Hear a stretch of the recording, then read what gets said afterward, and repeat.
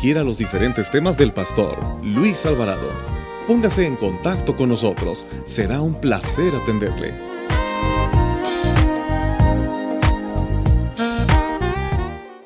Lepra o bendición en casa.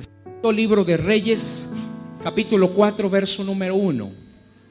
Y dice de la siguiente forma la palabra de Dios: una mujer de las mujeres de los hijos de los profetas clamó a Eliseo diciendo: tu siervo, mi marido, ha muerto, y tú sabes que tu siervo era temeroso de Jehová. Y ha venido el acreedor para tomarse 2 hijos míos por siervos. Eliseo le dijo: ¿qué te haré yo? Declárame qué tienes en casa. Y ella dijo: tu sierva ninguna cosa tiene en casa, sino una vasija de aceite. Y él le dijo: ve y pide para ti vasijas prestadas de todos tus vecinos, vasijas vacías y no pocas. Entra luego y enciérrate tú y tus hijos y echa todas las vasijas, y cuando una esté llena, ponla aparte. Y se fue la mujer y cerró la puerta, dándose ella y sus hijos, y ellos le traían las vasijas y echaban del aceite. Cuando las vasijas estuvieron llenas, dijo a un hijo suyo: traedme aún otras vasijas. Y él le dijo: no hay más vasijas. Entonces cesó el aceite.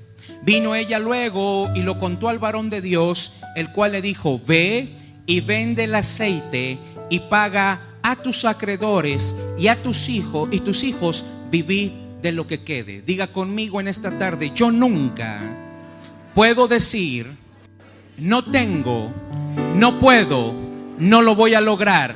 Dígalo más fuerte conmigo: yo renuncio a las siguientes palabras. Vamos, dígalo fuerte: yo renuncio al decir no puedo, no lo voy a lograr, no tengo. Diga: yo renuncio a esas palabras. Y yo declaro sobre mi vida que yo lo puedo, que yo lo tengo y que yo lo voy a lograr.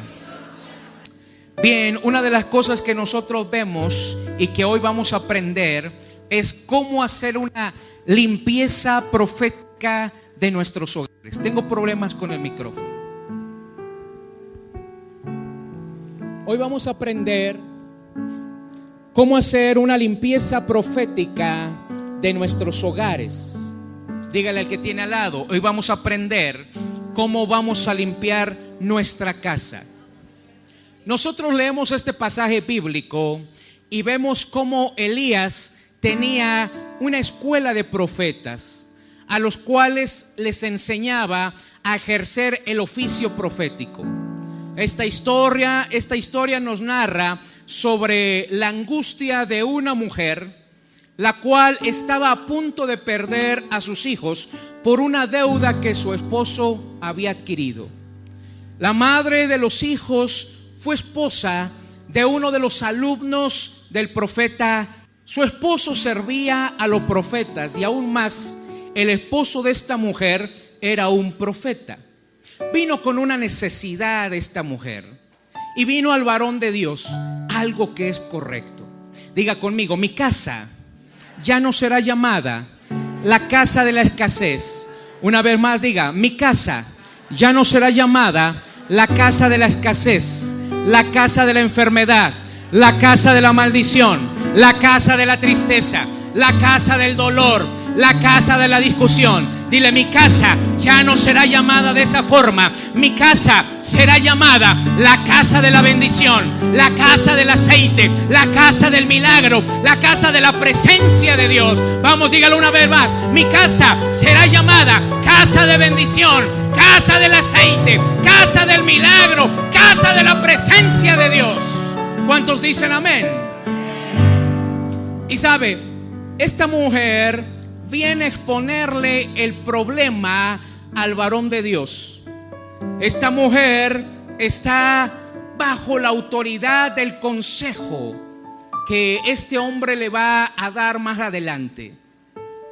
¿Qué es lo que tú haces cuando tienes un problema? ¿A quién recurres? ¿Con quién corres? ¿A quién le cuentas? ¿A quién le extiendes la mano? ¿Qué es lo que haces? Hay algunos que cuando tienen un problema recurren a las cartas, recurren al espiritista, recurren al babalao, recurren a la religión, recurren al tabaquismo, recurren al alcohol, a la droga, a los amigos equivocados. Pastor, pero eso es solamente para los inconversos. No, señor, te estoy hablando también de los conversos.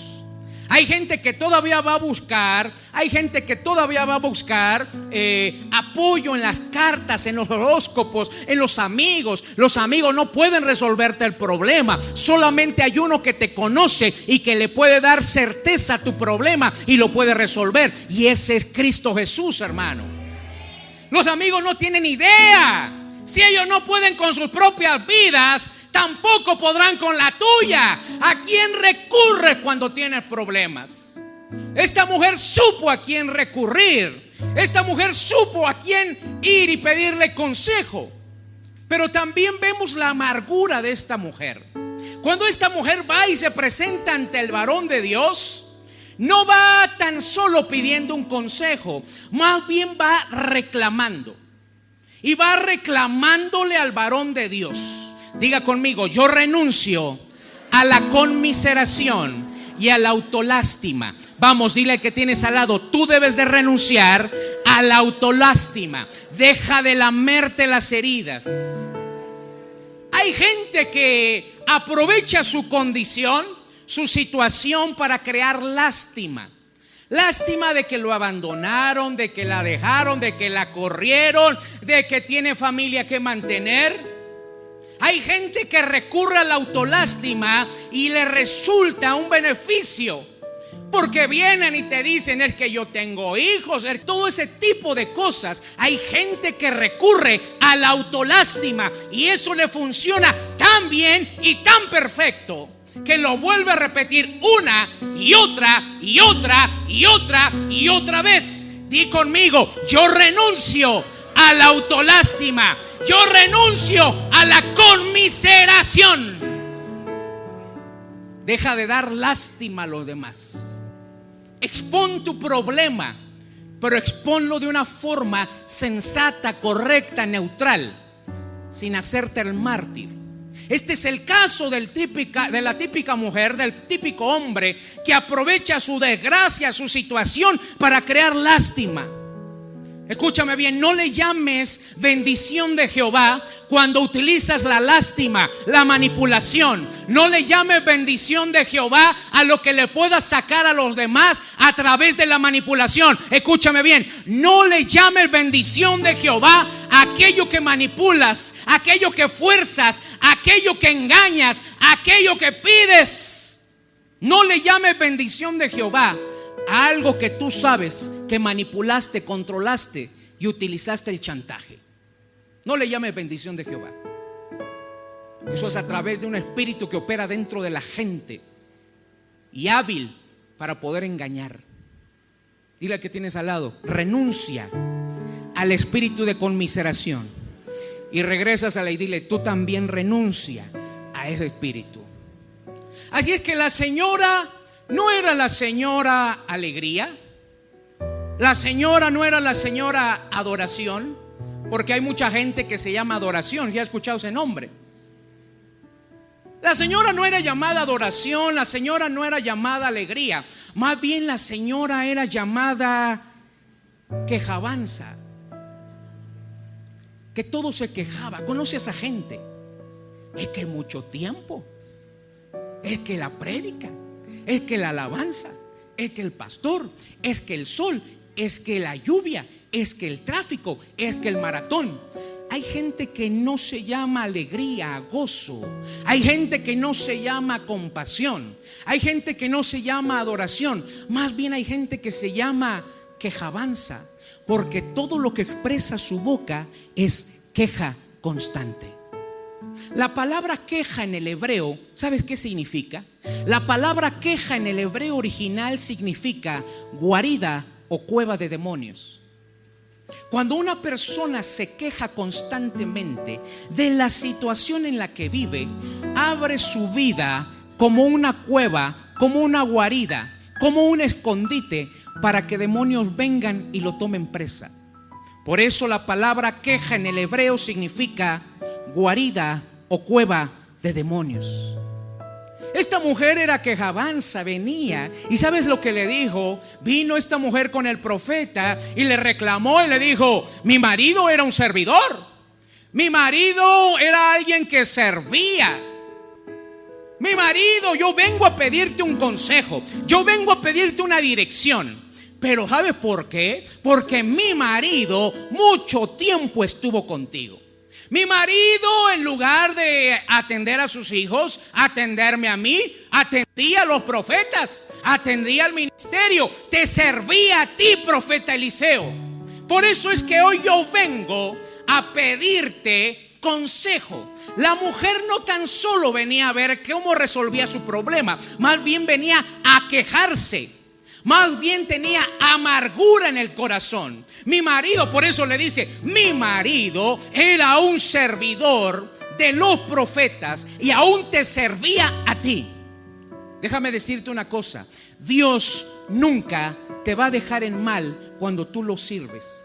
Dios nunca te va a dejar sin recompensa de todo lo que tú des, de todo lo que tú siembres y de todo lo que tú hagas por su obra. ¿Me escuchaste? Jamás te va a dejar en mal. Cuando tú sirves a Dios, cuando tú honras a Dios, cuando le das tiempo a Dios, Él no te va a avergonzar con los hombres. Al contrario, Él te va a pagar y te va a pagar bien. Esta mujer trató de hablar mal de su marido y le dijo al marido que ustedes me robaron, el marido que siempre estuvo en el ministerio, el marido que siempre estuvo atendiendo a los profetas. Esta mujer tenía quejabanza, queja en su boca. Sin embargo, escúchame bien, a pesar de eso, Dios iba a hacer un milagro en la vida de esta mujer y en la vida de sus hijos del profeta. Porque cuando das algo para Dios, Dios no se queda con nada. ¿Me escuchaste? Dios no se queda con nada. Dile al que tienes al lado: Dios no se queda con nada. El profeta le dice: señora, usted viene a hablarme no bien de su marido, usted no viene a hablarme bien del profeta. A usted le huele la boca, y a usted le huele la boca cebolla, porque lo único que desprende de su boca es un mal aliento. Voltea con el que tienes al lado y hazle: huélelo. Y hay algunos que por lo menos necesitan un chiclito, una pastilla. Pero sabe, el mal aliento, por lo menos físico, se puede tolerar, pero no el mal aliento espiritual. El mal aliento físico se resuelve con una pastilla, con un cepillo de dientes, con un chiclito, con una Usher, con lo que usted quiera. Pero ¿cómo esconde el mal aliento espiritual? ¿Cómo lo esconde? ¿Cómo esconde el olor a cebolla espiritual? Por eso el profeta lo identificó y le dijo: señora, usted no me viene hablando bien de su marido, más bien a usted le huele la boca. Lo que usted está soltando mal aliento, amargura, tristeza, desánimo, falta de fe. Usted me viene hablando mal de alguien que estuvo con usted. Voltea con el que tienes al lado y dile: guárdate del mal aliento. Vamos, díselo: guárdate del mal aliento.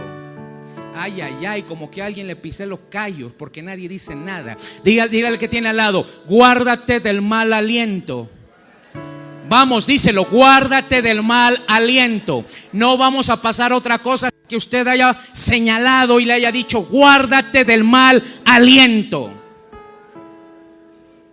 Y sabe, usted viene a decirme, le dije el profeta, que su marido no pensó en usted, que su marido no pensó en sus hijos, que no le trató bien. Usted viene a decirme que la perspectiva del hombre al cual yo conocía y del hombre a quien me sirvió, usted viene a cambiarme la perspectiva. Déjeme decirle una cosa, señora: profeta menor no come profeta mayor. Dile al que tienes al lado, profeta menor no come a profeta mayor. Y eso es algo que tenemos que tener muy presente. Y eso es algo que jamás se nos debe de salir de nuestra mente y nuestro corazón. Profeta menor no come profeta mayor. Señora, usted tiene mal aliento. Usted viene hablando mal del hombre que yo lo conocí, que sirvió y que sirvió a los demás profetas. Viene hablándome de un cualquier tipo. Viene hablándome de un varón. Viene hablándome de un profeta. Usted tiene mal aliento. Usted piensa que mi perspectiva va a cambiar de él. Usted está equivocada, porque profeta menor no come profeta mayor. Nadie dijo nada, nadie dijo nada, nadie dijo nada, nadie dijo nada. Diga conmigo, yo nunca puedo decir, no puedo, no lo voy a lograr, no tengo. Diga, yo renuncio a ello. Cuando viene la mujer y el hombre se da cuenta del corazón con el que esta mujer lo dice, el profeta le dice: ¿tú crees que el profeta, que el hombre que tenías en casa te ha dejado sin esperanza y sin nada? Estás equivocada. ¿Sabes?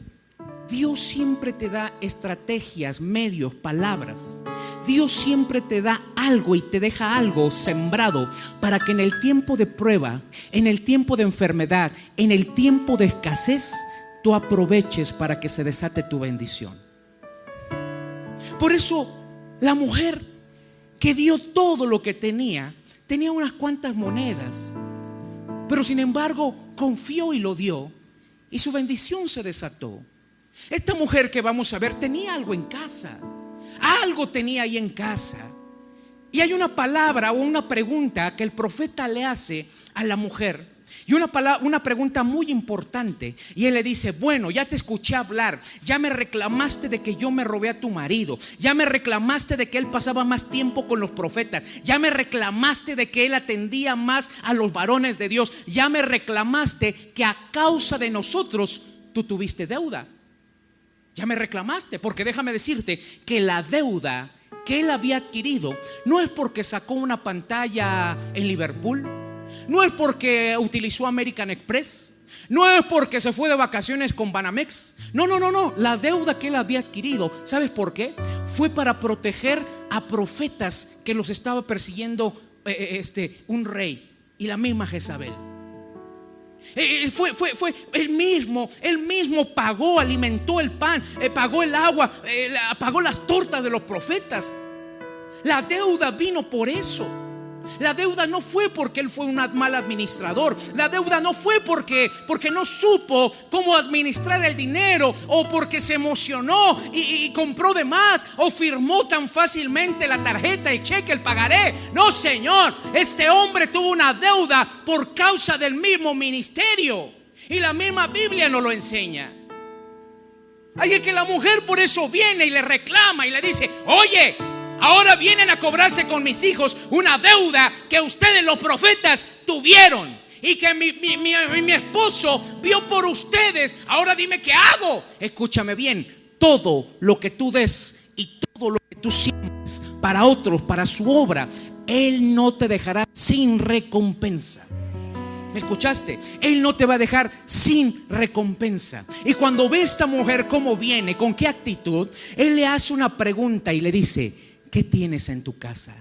Voltea con el que tienes al lado y pregúntale y dile: ¿qué tienes en tu casa? Y alguno va a empezar de presumido. Uno va a decir: yo me acabo de comprar una pantalla gigante, yo acabo de comprar un teatro en casa, yo acabo de... ¿Qué tienes en casa? Es una pregunta que el profeta le hace a la mujer. ¿Qué tienes en casa? Eliseo le dijo a la mujer: ¿qué tienes en tu casa? ¿Qué es lo que está llenando tu casa?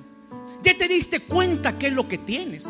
Y la mujer empieza a decir: oye, me dices que qué tengo, si todos los muebles, el ahorradito que teníamos, todo lo que estaba ahí se fue, lo tuvo que vender. Tuve que romper el cochinito, sacar los ahorros para comer mis hijos y yo. Se nos acabó ese dinero y empezamos a vender un mueble y otro mueble y otro mueble. Si tú vas a tu casa, la casa está vacía. Y me dices, ¿qué es lo que yo tengo en mi casa? Una pregunta bien certera y bien importante, porque estamos hablando de lepra o bendición en casa. La palabra casa en el hebreo significa lo siguiente. La palabra casa en el hebreo significa capital, corte legal, un lugar donde se emiten los decretos. Eso es lo que significa la palabra casa. Y algunos tal vez tienen un decreto, algunos tal vez tienen una palabra de enfermedad, otros tendrán una palabra de muerte, otros habrá un decreto de pecado, un decreto de hechicería, de brujería. Porque la palabra casa significa un lugar donde se emiten las leyes. Por eso es importante el altar familiar. Escúchame bien, porque cuando realizas altar familiar, estás bendiciendo tu casa física, pero también estás bendiciendo a tu familia. Oye, cuando haces el altar familiar, antes de salir de casa, ¿tú crees que tus hijos le van a pegar a la droga? ¿Tú crees que le van a pegar a la fornicación o al adulterio? Oye, cuando tú haces altar familiar, tú los proteges porque se van bajo el temor de Dios. ¿Me entiendes? Cuando antes de salir de casa haces un altar familiar, haces una oración, lees un pasaje bíblico, tú estás protegiendo a tu esposo para que no tenga ojos para nadie más. Tú estás protegiendo a tu esposa para que cuando vaya al mercado alguien más no le hable al oído. Tú estás protegiendo a tus hijos para que cuando alguien les ofrezca algo en la escuela, ellos entonces se quedaron con la palabra y las palabras tuyas con las cuales tú oraste unas horas antes. Te conviene tener altar familiar. Voltea con el que tienes al lado y dile, ¿te conviene tener altar familiar? Dile, ¿te conviene tener altar familiar? Si lo hicieras, te evitaras de muchos problemas. Si lo hicieras, te evitaras de mucho dolor y muchas lágrimas. Si tuvieras altar familiar, porque muy difícilmente entonces pecaría la familia. Y cuando lo haría, entonces Dios no los dejaría en paz. Por eso la palabra casa en el hebreo significa corte legal. La palabra casa en el hebreo significa un lugar donde emito o suelto los decretos. Por eso es importante que antes de salir de trabajar, lo que hagas es orar, porque emites decretos. Si el esposo sale a trabajar y los hijos se van a sus actividades, tú como madre tienes que orar desde casa y bendecir la vida de tu esposo, bendecir su trabajo, bendecir su finanza, su mente, su habilidad con sus manos. Tienes que bendecir la vida de tus hijos, porque desde ahí es una corte legal donde emites decretos. Desde la casa tú emites decretos, tú sueltas palabra de bendición. Por eso es importante siempre en la casa tener palabras de bendición, alabanza, honra y gloria a nuestro Dios. Por eso es importante que en la casa jamás falte su palabra, porque desde ahí se envían los decretos al trabajo, a la escuela, al hospital. Es importante, hermano. Por eso el hombre le dice, ¿qué decreto hay en tu casa? Hay un decreto de pobreza, un decreto de desintegración familiar, porque el hombre se quería llevar a los hijos, quería separar a los hijos de la madre. Desintegración familiar. ¿Qué decreto más había en la casa de esta mujer? Un decreto de pobreza, de escasez, un decreto de sequedad, un decreto de tener amargura y resentimiento para con la obra, los servidores y aún Dios mismo. Por eso esta mujer, con un corazón resentido, viene con Eliseo y le dijo: a causa de ustedes mi marido tuvo deudas. ¿Cuántos no tienen resentimiento en contra de los pastores, en contra de las iglesias? Oye, deja de andar buscando iglesia y mejor ponte a decretar desde tu casa. Oye, deja de andar como madre viendo a qué iglesia ahora se van. Mejor arrodíllate y empieza a decretar que nuevamente viene la salvación a tus hijos, a tu esposo. La solución no es cambiarse de iglesia, la solución no es cambiarse de trabajo, la solución es que entiendas que tienes autoridad en tu boca y que sobre todo cuando estás en casa hay autoridad y el decreto que tú sueltas se vuelve una realidad, hermano. Deja de estar pensando cómo lo resuelves y mejor arrodíllate desde casa. Por eso el hombre le dijo: ¿qué decreto hay? Decreto de enfermedad, y tal vez haya decreto de enfermedad en casa: cáncer, diabetes, mioma, quistes, osteoporosis, migraña, algo que te esté afectando. Hay un decreto de enfermedad. Hay un decreto tal vez de muerte y muerte espiritual de alguno de los integrantes de tu familia que no quiera saber nada del evangelio. ¿Sabes? Es muy fácil echarle la culpa a los hombres. Y siempre nos justificamos: es que la iglesia, es que el pastor, es que los hermanos. Escúchame bien, no juegues con Dios. Tú sabes que la salvación es personal. No culpes a nadie de lo que te pasó. No culpes a nadie de lo que te hicieron. Más bien sé responsable por una vez en tu vida y admite que tú te descuidaste. Admite que te entibiaste espiritualmente. Admite que dejaste la mano de Dios. Admite y deja de echarle la culpa a los demás. Por lo menos ten pantalones un día. Ten la suficiente falda para decir: yo tuve la culpa, pastor, yo me descuidé, yo no lo voy a culpar a usted ni a nadie más, porque la salvación es personal. ¿Quién te dijo que la vida en este mundo y aún en la iglesia iba a ser color de rosa? ¿Quién te dijo? Se aguantan las maldiciones del jefe en el trabajo, se aguantan las maldiciones de los empleados, si aguantas el carácter duro, ¿cómo no aguantar una reprensión espiritual? No hay justificación, hermano. Para justificarse hay muchos, y los que se justifican son tontos, dice la Biblia. El que siempre está justificándose y culpando a los demás es un tonto, es un insensato. No culpes a los demás, la salvación es personal. Mejor admite que te descuidaste, admite que dejaste de orar, admite que dejaste de leer la palabra, admite que te entibiaste, admite que más te llamó la atención del mundo. Admítelo por una ocasión en tu vida. Admítelo. Porque cuando des ese paso, ese gran paso, entonces el orgullo y la soberbia saldrá de ti. Codea al que tienes al lado y dile: te hablan a ti. Y respóndele y dile: a ti también te hablan. Por eso el profeta le dice: ¿qué decreto hay sobre tu casa? La mujer tenía un decreto de deuda, desintegración familiar, pocas finanzas, sequedad. El diablo estaba sobre su casa. El diablo estaba sobre sus hijos. ¿Qué es lo que el enemigo ha soltado sobre ti? ¿Sabes por qué le hizo esta pregunta? Porque como vio a la mujer altiva venir y reclamar, ahora que su desgracia era por causa del profeta Eliseo y de todos los demás profetas, como vio la actitud, ¿verdad? Entonces el profeta le dijo: está bien, te hago esta pregunta porque si tu marido era verdadero profeta, si tu marido era verdaderamente un varón de Dios, algo tuvo que dejarte.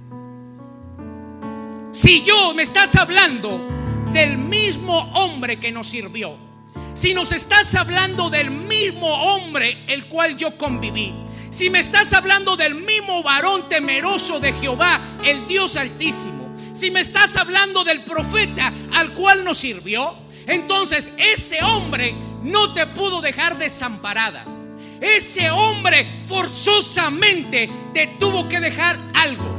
Ese hombre no te pudo dejar en el abandono. Ese hombre, como tú me dices, que simplemente te dejó con deuda, no te dejó un ahorro, no te dejó un seguro de vida, no pagó su deuda. No, Señor. Si ese hombre era verdaderamente temeroso de Dios, algo te debió haber dejado. Y la mujer dice: no, nada de valor. porque la mujer pensaba en joyas, dinero, pieles.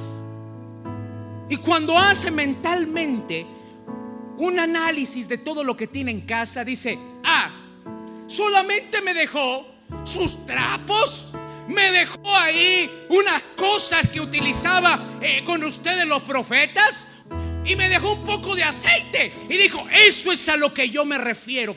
Eso es a lo que yo me estoy refiriendo. Si verdaderamente me hablas del hombre, del varón, del siervo, del Dios Altísimo, no te pudo dejar desamparada. Algo te tuvo que haber dejado. Y la mujer dice: ¿un poco de aceite? ¿Eso qué? Sabes, antiguamente los profetas tenían diferentes símbolos que utilizaban y que tenían muy presentes. Los profetas y sacerdotes del Antiguo Testamento sabían la importancia de los elementos y de los símbolos, porque eran parte de un establecimiento de bendición. Por eso es que los sacerdotes y los profetas tenían vino. Repita conmigo: vino, aceite, harina. Una vez más, diga conmigo: aceite, vino, harina. ¿A qué te refieres, profeta Eliseo? ¿A qué te refieres? ¿Qué voy a hacer con una vasija de aceite? Si verdaderamente ese varón me servía, supo de nosotros aprender a la perfección. No te desamparó. Oye, pero hubiera pensado en un seguro jugoso de vida, por lo menos. Por lo menos hubiera pagado la deuda, la renta de la casa. Porque a veces la mente carnal se va por lo material y no por la riqueza espiritual. Cuando tú tienes riqueza natural, material, y no tienes riqueza espiritual, tú eres pobre. Por eso es que Dios o Jesús le habla en el Apocalipsis a una de las iglesias y le dice: ¿tú dices que eres rico si eres un miserable, pobre, ciego, desnudo? En esa ciudad era muy próspera económicamente. En esa ciudad se hacían las mejores telas. En esa ciudad se había descubierto el colirio para los ojos. Por eso es que la iglesia se sentía muy próspera, muy bien vestida, con mucho avance médico. Por eso Jesús, cuando le habla, le dice: tú dices que eres pobre, tú dices que eres rico, tú dices que eres sabio, tú dices que vistes bien, y yo te digo que eres un pobre, miserable, ciego y desnudo. Wow. Porque cuando tú te jactas de tener riqueza material, intelectual, y te olvidas de la riqueza espiritual, tú te conviertes en pobre. Pero cuando tú eres rico espiritualmente, tú llamas a las mismas riquezas materiales y financieras. Cuando tú eres rico espiritualmente, nada te falta. Cuando tú eres rico espiritualmente, intelectualmente también lo eres. Cuando eres rico espiritualmente, entonces tú eres rico, y como dice el Salmo 23, nada te faltará. ¿Me entiendes? Y como lo dice la palabra: yo no he visto justo desamparado, ni sus hijos que mendiguen pan. Pero eso solamente lo entiendes cuando eres rico espiritual. Voltea con el que tienes al lado y dile: búscalo de arriba. Dile: búscalo de arriba. Vamos, dile: búscalo de arriba. Vamos, sacúdelo y dile: búscalo de arriba. Vamos, sacúdelo y dile: búscalo de arriba. Ahora, repita conmigo: vino, aceite, harina. ¿Quiere que se lo explique? Los sacerdotes y los profetas tenían estos símbolos. ¿Qué representa el vino? El vino representa dos cosas. Representa el gozo, alegría. Eso representa. Por eso cuando le dicen a Jesús: no hay vino en las bodas, dice: no hay vino. Eso era muy grave, porque no era el que se pusieran hasta atrás con las copitas. Más bien era que el vino representaba el gozo. Y eso era como decir: este matrimonio va a tener amargura, este matrimonio va a tener mucho sufrimiento. Por eso es que María va y le dice: Jesús, yo sé que no es tu tiempo, pero por favor haz algo, porque necesitamos el símbolo del gozo. Y por eso Cristo hace el milagro fuera de tiempo, pero lo realiza porque sabe que esa pareja necesita el gozo para vivir unida, fortalecida. El vino representa el gozo del hombre, la alegría, la sonrisa. Jamás debe de faltar la alegría en nuestra vida. El vino representa el gozo de la presencia de Dios, pero también representa la sangre de Jesús derramada por nosotros. Por eso en Juan 6 habla y dice: esto es mi sangre que por vosotros es derramada. Y por eso la Biblia dice en Isaías 53 que por sus llagas, ¿verdad?, por sus heridas ensangrentadas, nosotros somos curados. Entonces el vino representa el gozo, la sangre de Jesús. Cuando una persona peca y no es perdonada o no se arrepiente, se siente miserable, amargada, triste, en depresión. Hasta que entonces se arrepiente, la sangre de Cristo viene a esa persona y el gozo otra vez vuelve a su vida. ¿Qué representa el aceite, pastor? El aceite representa dos cosas. Uno, la revelación del Espíritu Santo para su palabra. La revelación, es por eso que la Biblia describe que en el tabernáculo, en el lugar santo, había un candelero o un candelabro de 7 brazos y que tenía lámparas con aceite. El aceite representa la luz del Espíritu Santo que nos alumbra, la luz del Espíritu Santo que nos da sabiduría, la luz del Espíritu Santo que nos guía. Por eso dice: lámpara es a mis pies tu palabra. Habla acerca ese salmo de la palabra de Dios, pero tú no tan solo te puedes guiar por la palabra, tú necesitas forzosamente la lámpara, el Espíritu Santo, para entenderla. ¿Me entiendes? Entonces el aceite representa la luz, la revelación del Espíritu Santo. Pero el aceite también representa un bálsamo curador, sanador. Porque cuando alguien tenía una herida o alguien se cortaba la piel, no se le ponía una bandita, no se le ponía alcohol, no se le ponía agua oxigenada como nosotros, que somos tan chillones. Apenas nosotros nos cortamos y ya estamos llorando. No, antiguamente se ponía un poco de aceite, porque el aceite lo que hace es que cicatriza más rápido las heridas, esteriliza, santifica, sanitiza la herida. El aceite representa la presencia del Espíritu Santo, la presencia del Espíritu de Dios en mí, que me alumbra para entender a Cristo, que me alumbra para entender al Padre, que también me sana mis heridas del pasado, me sana mis heridas actuales. El aceite representa la presencia del Espíritu de Dios. La harina representa la palabra de Dios. El pan: este es el pan que por vosotros he molido, he partido. Este es mi cuerpo, dice Jesús. El pan representa el cuerpo de Cristo, pero también representa la palabra de Dios.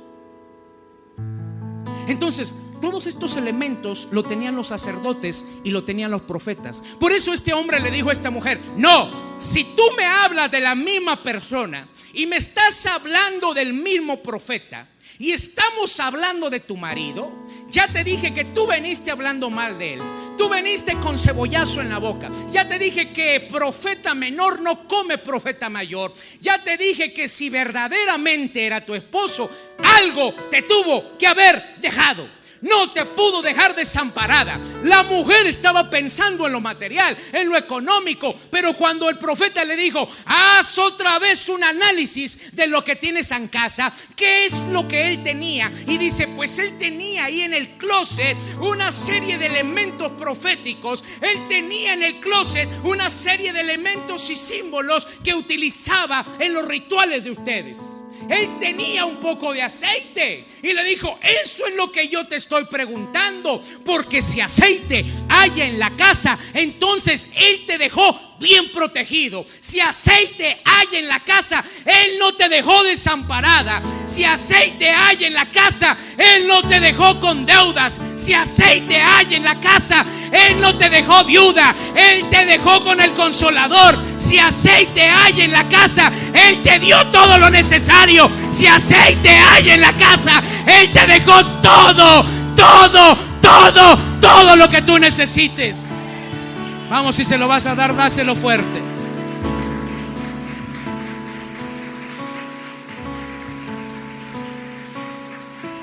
Escúchame bien, porque si presencia de Dios hay en tu casa, tú no puedes tener escasez de nada.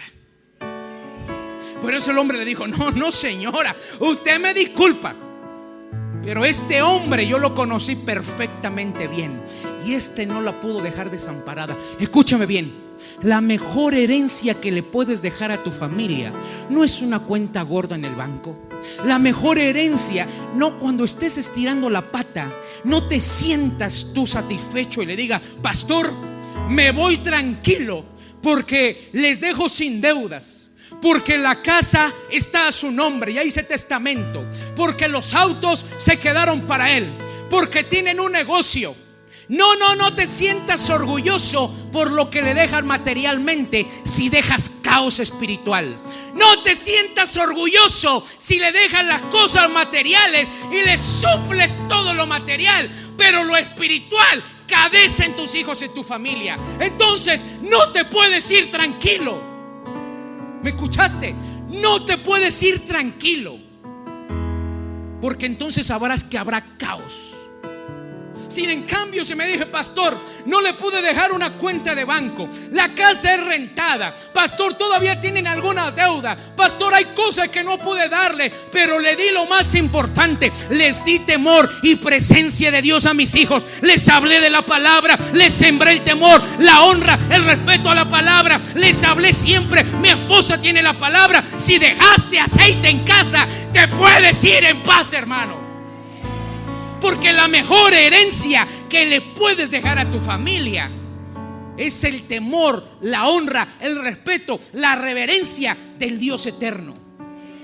Porque sabes que puedes cerrar tus ojos aquí y sabes que tienen la cobertura tus hijos del Altísimo. Y cuando alguien se atreva a querer desviarlos, tú sabes que no lo va a lograr, porque ellos tienen bendición de lo alto. Por eso la mujer andaba por otros lados. La mujer andaba diciendo que la economía, que las cosas materiales. El hombre le dijo: no, tú estás muy perdida. Él no te dejó desamparada, él te dejó aceite, y eso es más que suficiente. Wow. Si hay aceite, significa que Dios está allí. Si hay aceite, significa que nada te va a faltar. Si hay aceite, significa que Él sanará toda ruptura, toda herida, y Él volverá a reconciliar a los hijos con los padres y los padres con los hijos. Si hay aceite, entonces Él sabe que entonces habrá una reconciliación. Si hay aceite, entonces sabrá que toda manifestación espiritual allí en casa se tendrá que ir, y ya no más te espantarán ni se te subirá el muerto. Si hay aceite en casa, las cosas que en algún momento no rendían empezarán a rendir. Si hay aceite en casa, el dinero no se te va a desaparecer más, al contrario, se va a multiplicar. Si hay aceite en casa, los frijoles no van a escasear, se multiplicarán y multiplicarán y multiplicarán. Si hay aceite en casa, tus hijos no querrán estar con el familiar, con el vecino, con el amigo, querrán estar en tu casa. Si hay aceite en casa, el marido no tendrá que buscar en otro lado, estará ahí en casa porque hay presencia de Dios. Si hay aceite en casa, todo lo tienes y nada te va a faltar, hermano. Vamos, dáselo fuerte. Vamos, dáselo fuerte.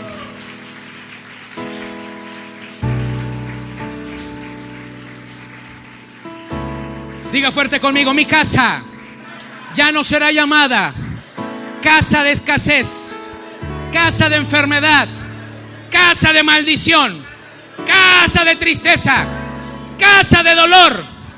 Dile: mi casa será llamada la casa del milagro, la casa del aceite, la casa de la presencia, la casa del milagro. Dile: mi casa será llamada casa de bendición. Da un grito de júbilo.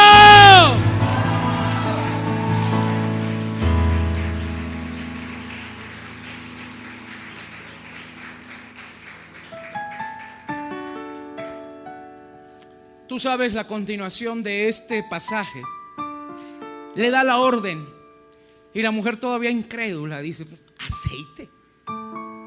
Mira, si tú me dices, pastor, mi esposo no quiere venir a la iglesia, ni mis hijos. Mi esposa no quiere venir a la iglesia, no quieren servir.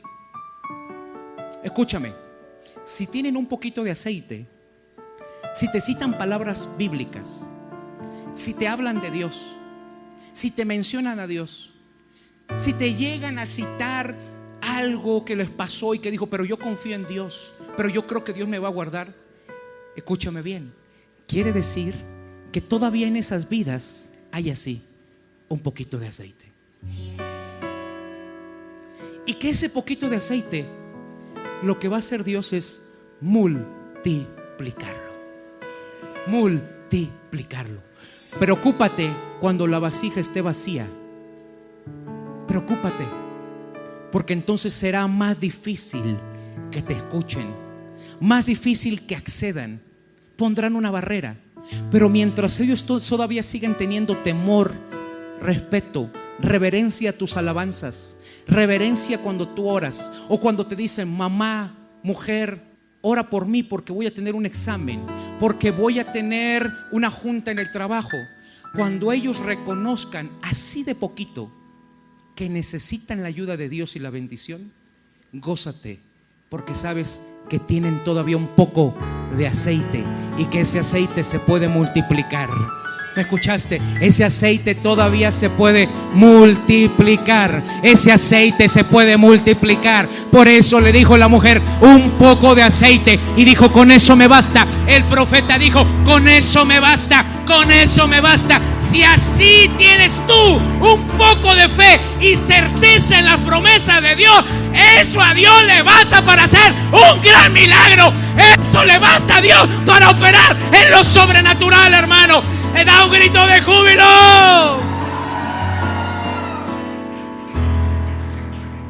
Si todavía tienes fe de que Dios puede hacer algo en ti y todavía confías un poquito así, Dios dice, me basta con eso, porque yo hice milagros con poquita fe. Yo hice un milagro para esta mujer con poquito aceite.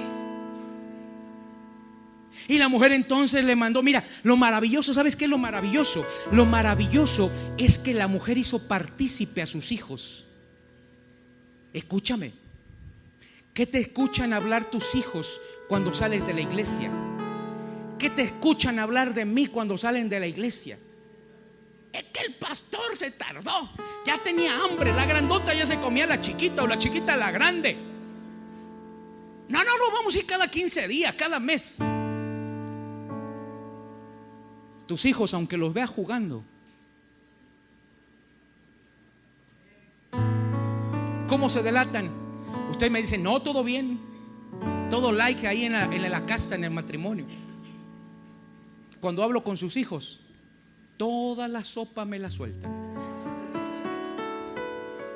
Es que fíjese que mi papá agarró a mi mamá y le dio unas cachetadas, y mi mamá no se dejó y pum, pum, órale.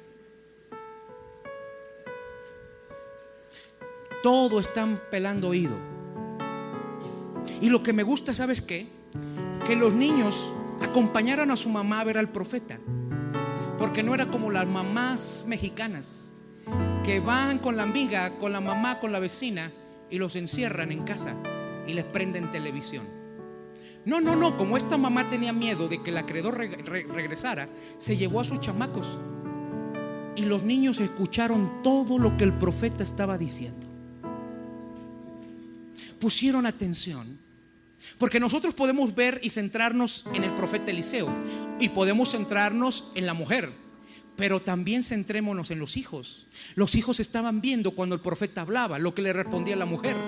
Los hijos vieron cuando llegaron a casa y cómo mandó a conseguir las vasijas. Los hijos vieron cuando la madre empezó a soltar la primera vasija de aceite y la empezó a llenar. Los hijos vieron el poder de Dios obrando. ¿Tú sabes cómo impactó la vida de esos pequeños ese milagro? Cuando los vecinos se reían y le decían, tu casa es la más pobre, mira tus zapatos, mira tu ropa, cómo estás. Oye, tu mamá es viuda. Mi papá dice que tu mamá está sola. Mi papá dice que ustedes son huérfanos. Mi papá dice de ustedes esto y esto y esto y esto y esto. ¿Sabes?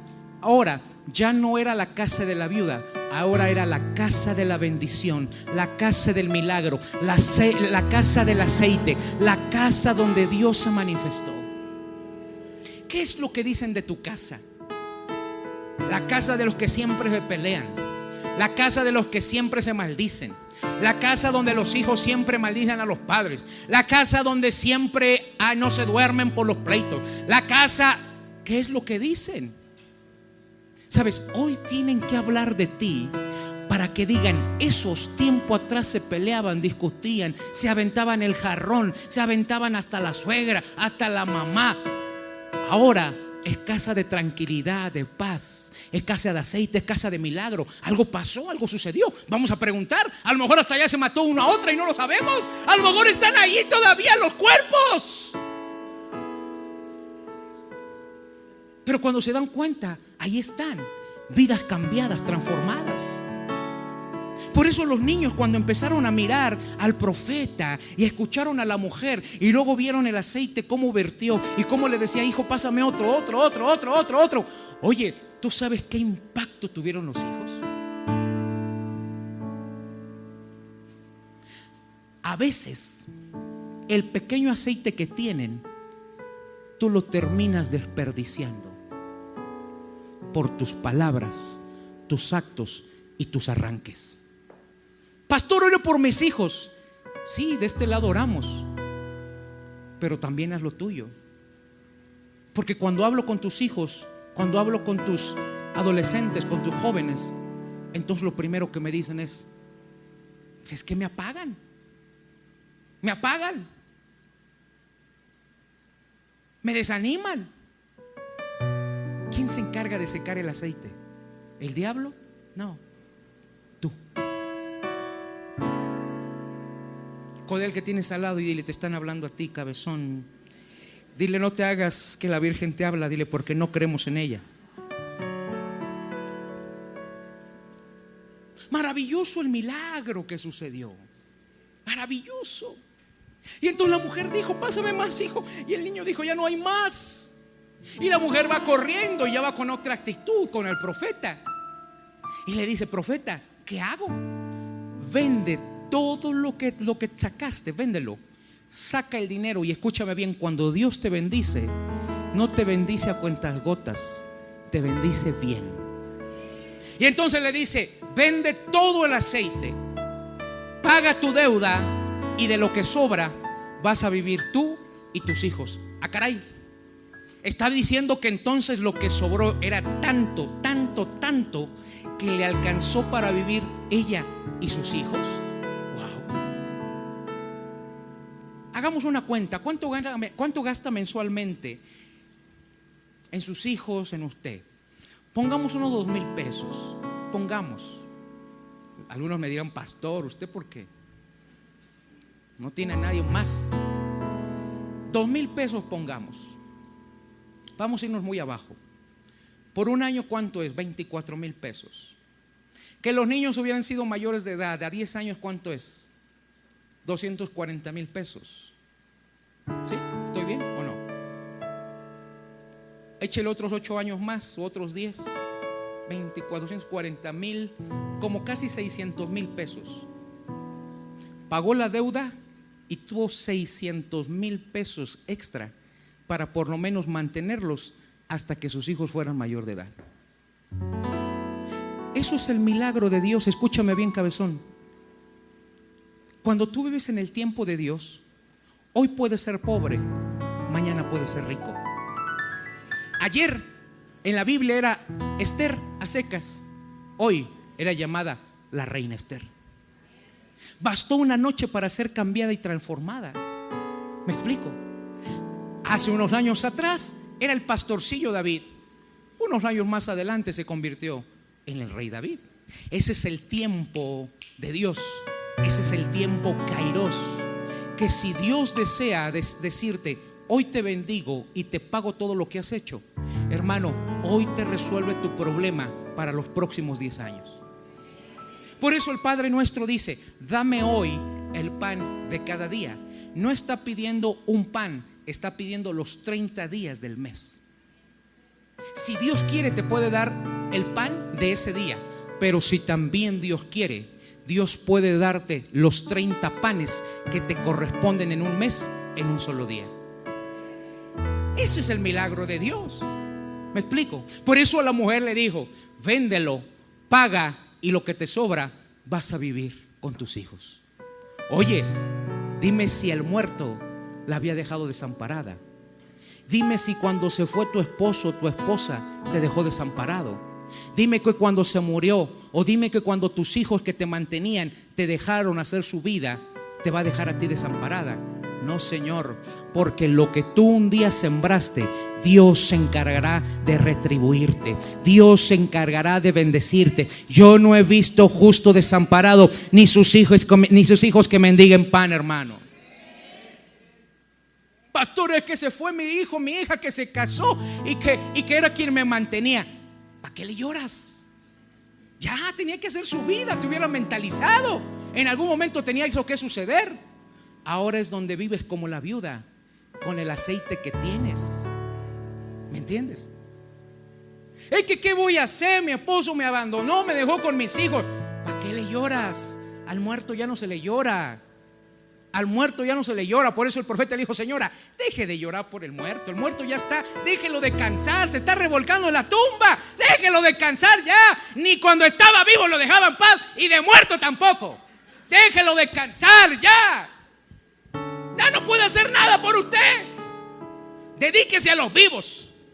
Y eso es lo que tiene que hacer. Ya no se dedique a las cosas pasadas. Ya no se dedique a las relaciones pasadas. Ya no se dedique a los pactos pasados. Dedíquese a lo nuevo y a lo que está por venir, hermano. Ya deje lo pasado y empiece a mirar hacia adelante. Empiece a mirar la bendición que viene hacia adelante. Empiece a mirar lo que Dios tiene por delante. Si no, se va a convertir en sal.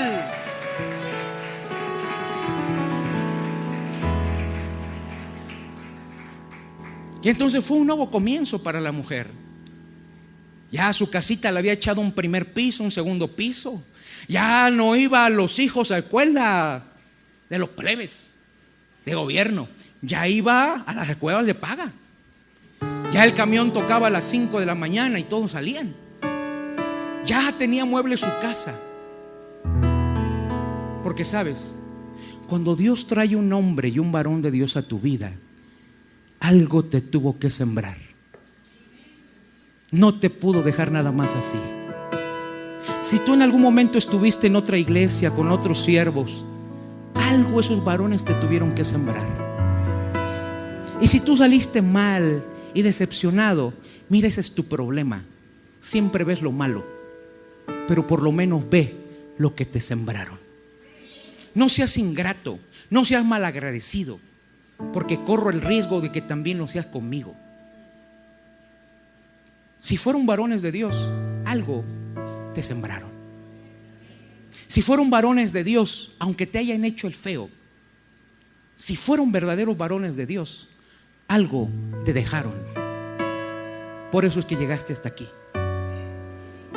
Ellos hicieron un trabajo, yo estoy haciendo un trabajo más contigo, y no sé por cuánto tiempo. Pero finalmente algo también tendrás que sacar de aquí para irte a otro lugar y aprender de otros varones. Cuando un hombre de Dios llega a tu vida, siempre te marca y jamás vuelves a ser el mismo. ¿Me entiendes? Cuando un hombre de Dios llega, te marca y jamás vuelves a ser el mismo. Segunda parte: lepra en la casa.